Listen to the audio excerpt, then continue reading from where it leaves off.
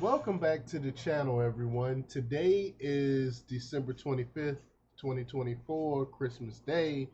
We're diving into the top conservative news stories today. But before we get into it, go ahead and hit that like button, share this out so we can get this information out there. Subscribe if you're not already a subscriber, and hit that alarm bell so you know when I'm putting out new stuff. Also, check out my link tree in the description. It has a link to my Patreon. That's where I talk about things that I can't talk about here. There's also a link to my Instagram and my X account, so follow me there as well. All right, so let's get into this news. Former President Donald Trump has made headlines early this Christmas morning with the bold promise to push for the death penalty for violent criminals. This comes just a day after President Joe Biden controversial commutations. And Trump's commitment is seen as a strong stance for law and order, resonating with many conservatives who feel that the current administration has been too lenient on crime. The Gateway Pundit has been vocal about this, highlighting the need for a return to stricter penalties to combat the rising crime across the nation. Um, in other news, President Joe Biden was busy on Christmas Eve signing 50 bills into law. This legislative push has been met with mixed reactions. The Daily Caller questions the timing, suggesting it might be an attempt to sneak through the legislation under the holiday guise.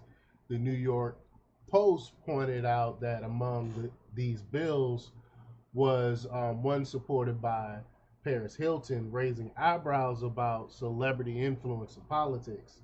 This flurry of activity has sparked debate on the effectiveness and necessity of such moves during holiday periods.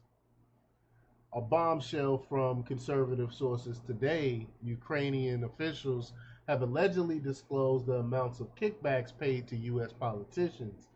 This story, which has been trending on X, has sparked a firestorm of skepticism, outrage, and calls for transparency. The Liberty Daily and the Epic Times are among the outlets demanding investigations into these claims, which many on social media calling for legal repercussions if the allegations hold true. This story underscores the ongoing tension between U.S. foreign policy and domestic politics, particularly regarding aid to Ukraine.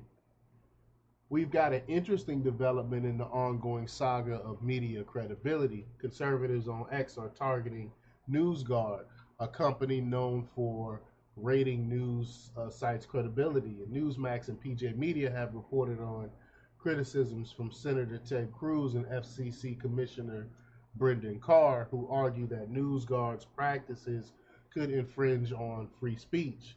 This narrative fits into a larger debate about the role of fact checking organizations and their potential bias against conservative viewpoints. On a more uplifting note, today, there been a wave of tributes to our national defense forces across conservative platforms.